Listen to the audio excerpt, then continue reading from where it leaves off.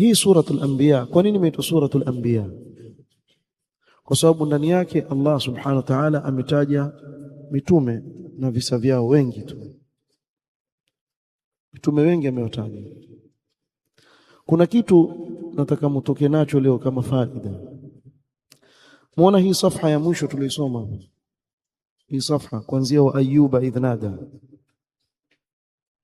Ukiangalia makini, Allah subhanahu wa ta'ala ametaja baadhi ya mitume wake na mitihani iliyowapata na namna walivyomuomba Allah subhanahu wa ta'ala akawaondolea mitihani waliokuwa nayo, ibtilaat.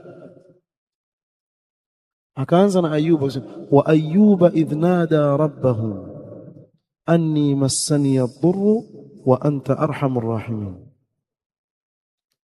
Subhanallah, hii dua hebu iangalie makini.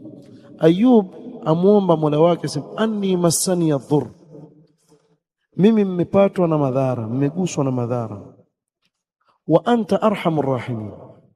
Ameomba nini? Ameomba Allah niondolee anni massani ad-durr wa anta arhamur rahimin, mimi mmepatwa na madhara na wewe ndiye mwingi wa rehema, hakuna mfano wako. Tayeb, mwingi wa rehema atafanya nini? Bila shaka ataniondolea madhara. Hapo hapo mubasharatan Allah fastajabna lahu, tukamuitikia maombi yake. Fakashafna ma bihi min dhur, hapo hapo tukamuondolea ile madhara aliyokuwa nayo. Na kisa cha Ayub ni cha ajabu katika subra aliyokuwa nayo.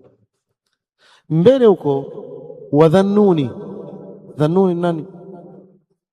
Naam, Yunus alayhi salatu wassalam. Wadhannuni idh dhahaba mughadiban, dhannun Yunus aliwalingania watu wake, hawakumkubali kwa ghera aliyokuwa nayo na dini ya Allah, akaghadhibika kwa ajili ya Allah subhanahu wa ta'ala, akaondoka na kuacha watu wake kwa kuwa wamekataa kumwamini. Lakini kabla ya kuamrishwa nani? Na Allah subhanahu wa ta'ala.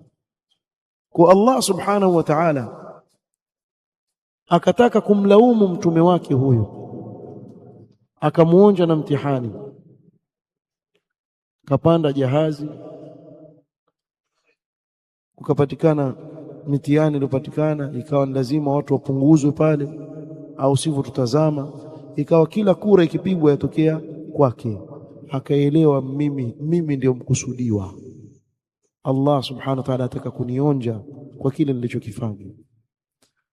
Alivyotupwa pale, kulikuwa na samaki. Samaki gani sijui mimi, mtafi, nyangumi, mpapa, Allahu a'lam, hut. Akaamrishwa ule samaki na Allah subhanahu wa ta'ala asikate nyama wala kuvunja mfupa, wewe mpokee tu. Akammiza. Ndani yuko kwenye kiza juu ya kiza, kiza cha bahari, kiza cha usiku na kiza cha ndani ya tumbo la yule samaki. Allah asema fanada fi dhulumat, katika viza vingi alikuwa ndani yake, alla ilaha illa anta subhanaka inni kuntu minadh-dhalimin. Akakiri kosa lake. Hapo hapo Allah subhanahu wa ta'ala asema fastajabna lahu, hapo hapo akamuitikia maombi yake. Wanajainahu min al-gham, je, ni yeye peke yake? Wakadhalika nunji almu'minin, si yeye peke yake, na nyinyi pia waumini mkiniomba katika matatizo nitawaokoa katika matatizo mliokuwa nayo. Wakadhalika nunji almu'minin. Tena wa Zakaria idh nada rabbahu rabbi la tadharni fardan wa anta khairul warithin.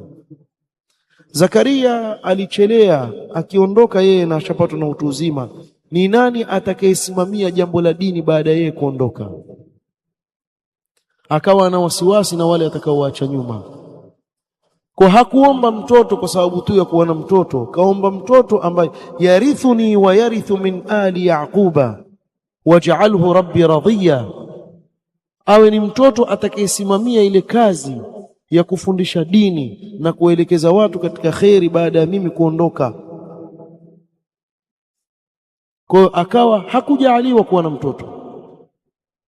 Katika utu uzima amuomba Allah subhanahu wa ta'ala, la tadharni fardan wa anta khairul warithin. Hapo Allah sema fastajabna lahu, tukamuitikia maombi yake pale pale.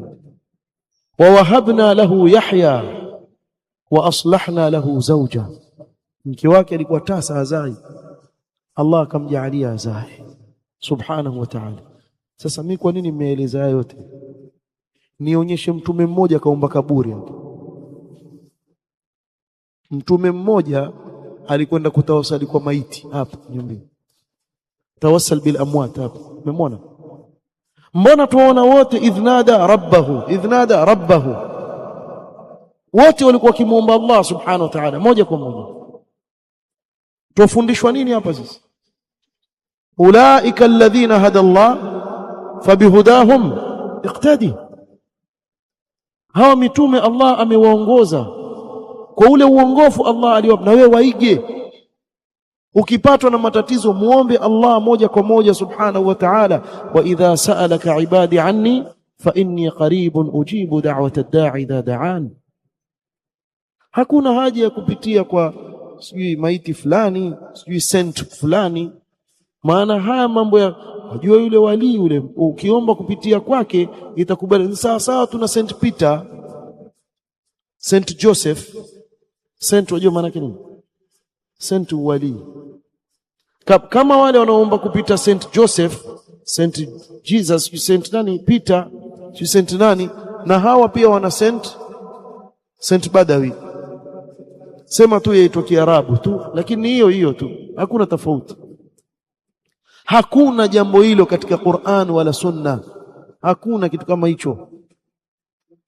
Hapa nkumuomba Allah subhanahu wa ta'ala moja kwa moja, kama vile alifanya mitume wa Allah. Walaqad nadana nuhun fala ni'mal mujibun. Na mitume wote walimuomba Allah subhanahu wa ta'ala. Kwa basi kwa hili pia Muislamu tia akili, ufahamu Mola wako ni mkarimu. Kinachohitajika kutoka kwako wewe ni umuombe, na yeye atakuitikia. Na subhanallah, zote hizi dua walizoomba mitume hapo hapo Allah kaja nafaa fastajabna, yani pale pale tukamuitikia. Sio thumma stajabna, la, fastajabna, pale pale tukamuitikia yale maombi aliyotuomba subhanahu wa ta'ala. Na ukiangalia siri yake iko wapi? Innahum kanu yusari'una fil khairat wa yad'unana raghaban wa rahaba wa kanu lana khashi'in. Ukajipamba na sifa hizi, ukimbilia katika mambo ya kheri, wamuomba Allah subhanahu wa ta'ala ukiwa watarajia na ukiwa na hofu, na wamcha Allah subhanahu wa ta'ala, Allah atakupa unachokitaka. Hakuna haja ya kupitia kwa fulani wala allan, ambao wote wao ni fuqara ila Allah, wote wamuhitaji Allah subhanahu wa ta'ala. Kwa nini niende mimi kwa mifupa ya maiti alikufa miaka 200 iliyopita, hata hamna tena kitu pale, kisha niende mpeleke shida zangu? Mimi na sukari yansumbua na presha, kumbe yule pale chini kakatwa mguu na mikono kwa ajili ya sukari. Lau kama angezungumza angekwambia hebu fungua utungulie, utaona mikono hakuna hapa kwangu wala miguu, nilikufa na sukari, nikusaidie. Sikujisaidia nikiwa hai mimi, nitakusaidia baada ya kufa? Mimi nakwambieni msiombe mambo makubwa, muombe shilingi 10 tu kama atakupa ile maiti. Kaa pale mwambie maiti shilingi 10 tu, mkanue sile rojo 10 tu, wallahi muombe mpaka ufe akupi. Shilingi 10 tu akupi. Sasa ikiwa shilingi 10 ya Kenya tu kitu kidogo hawezi kukupa, leo mtoto mdogo kimpa shilingi 10 ya kuangalia hivi, unataka nile bolgam leo, nataka nile ubani leo hakuna kula, hawezi kukupa. Huyo atakupa nini? Hawezi kukupa hicho kitu kidogo, atakupa nini? Maiti. Alafu la ajabu, wallahi kitu cha ajabu, maiti mmemchukua mkamuosha, hawezi hata kuoga mwenyewe, mkamuosha, mkamvika sanda, mkamchukua, mkamswalia, mkamuombea nyinyi shafaha. Nyinyi mwamuombea Allahumma ighfir lahu, Allahumma arhamhu, mwamuombea nyinyi, mwamuombea thabat. Kisha mkishamfukia na mchanga kageuka Mungu, Mwamfukia na mchanga, siku ya pili yule aliyemswalia kule akimwombea aje kumuomba. Aina al-uqul?